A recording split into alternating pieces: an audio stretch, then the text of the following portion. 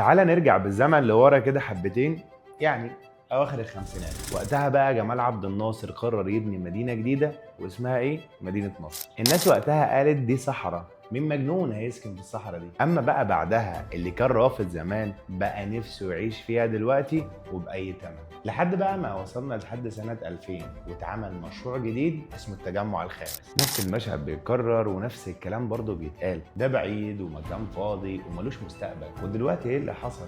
التجمع الخامس بقت فعلا من ارقى احياء القاهره، واللي اشتروا زمان بألوفات دلوقتي بيبيعوا بملايين. ودلوقتي نفس الجدل بيتعاد للمره الثالثه في منطقه جديده واسمها المستقبل سيتي.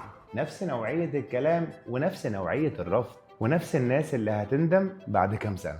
برغم ان دلوقتي المستقبل سيتي بقى فيها خدمات وناس كمان عايشه، دي اول سمارت سيتي جيتد كوميونتي في القاهره. غير كمان اكبر المطورين ليهم مشاريع هناك زي حسن علام، سبور، بالمي هيلز، سودك، وكمان اقواهم اعمار بمقدمات بتبدا من 5% واقساط بتوصل لحد 10 سنين. فيها بقى كل الاستلامات اللي بتدور عليها، من استلام فوري، استلام سنه، استلام سنتين، وكمان استلام 3 سنين. فكر فيها واستغل الفرصة علشان ما تندمش. ولو محتاج أي تفاصيل على أي منطقة، سيركل أسيتس هتساعدك في قرارك.